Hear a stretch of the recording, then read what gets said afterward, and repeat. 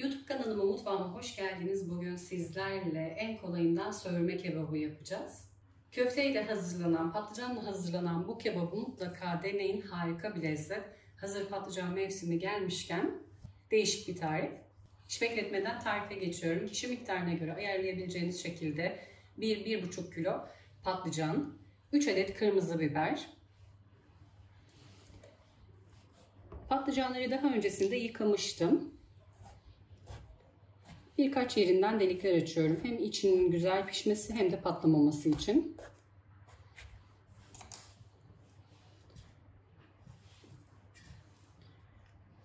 Ocakta yapacağım bir köz tepsisi kullanıyorum. Fırında da yapabilirsiniz ama rengi bir miktar siyah oluyor ve köz tadını almak istiyorum ben.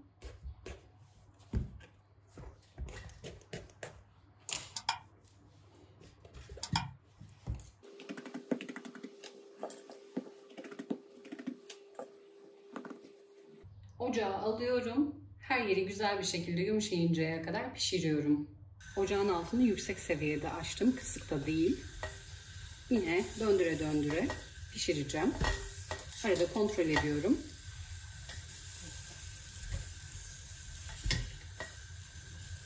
Patlıcan ve biberleri közledikten sonra 2 kat havlu kağıdın üzerine çıkardım. Yine üzerine havlu kağıt seriyorum nemlenmesi için. Soğuduktan sonra kabuklarını soyuyorum.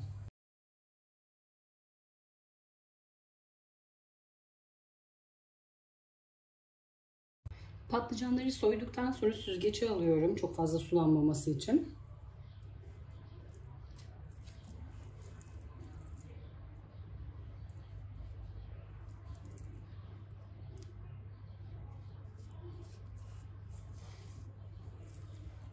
Çok sulanmalarını istemediğim için süzgece koydum. Altına suyu aksın.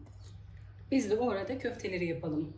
Köftesi için yarım kilo kıymayı geniş bir kaseye aldım.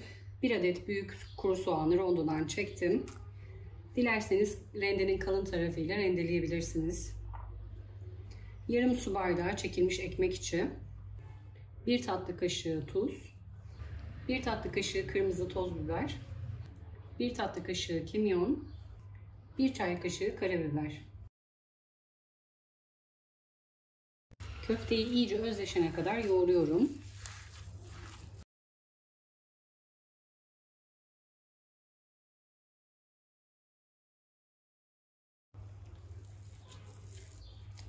Köfteyi iyice yoğurduktan sonra uzun uzun Tekirdağ köftesi gibi yapmak istiyorum. Siz dilerseniz yuvarlak şekilde verebilirsiniz.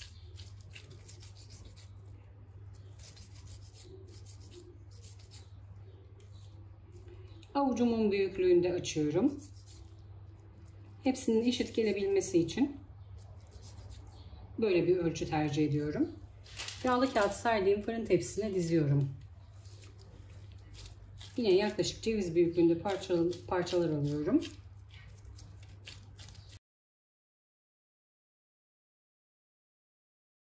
Köftelere şeklini verdikten sonra 200 derecelik fırında güzel bir renk alıncaya kadar pişiriyorum. Hiçbir yağ eklemiyorum. Kıymanın kendi yağı yeterli.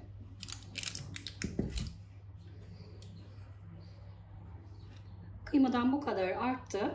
Dilerseniz daha az miktarda yapabilirsiniz. Dilerseniz de kıymayı buzluktan çıkarmadıysanız yuvarlayıp sulu köfte için ya da minik köfteler yapabilirsiniz. Ben bu kalan kıymayı derin dondurucuya atacağım.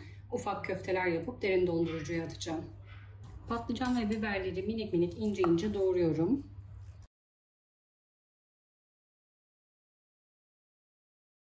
Köfteler de pişti.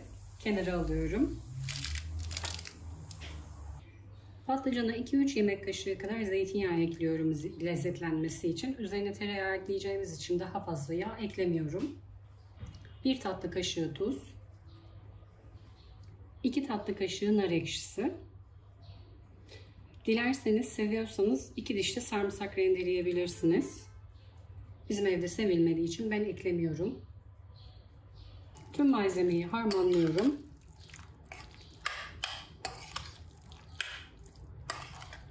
Ben uzun bir servis tabağı kullanmak istiyorum. Dilediğiniz servis tabağına patlıcanları yayalım. Pişen köfteleri de üzerine diziyorum.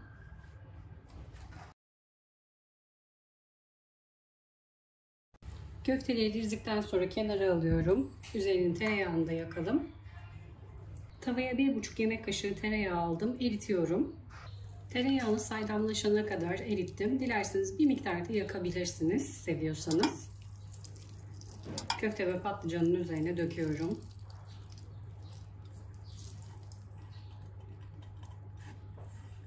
Patlıcan sövme tarifim hazır. Tüm aşamaları beraber yaptık. Aklınıza takılan soru işareti varsa yorum kısmına sorularınızı bekliyorum. Gördüğüm anda dönüş sağlıyorum. Kanalıma hala abone değilseniz abone olmayı, sevdiklerinizle paylaşmayı, yeni tariflerimden haberdar olmak için bildirim zilini açmayı unutmayın lütfen. Bir sonraki tarifte görüşmek üzere. Herkese afiyet olsun.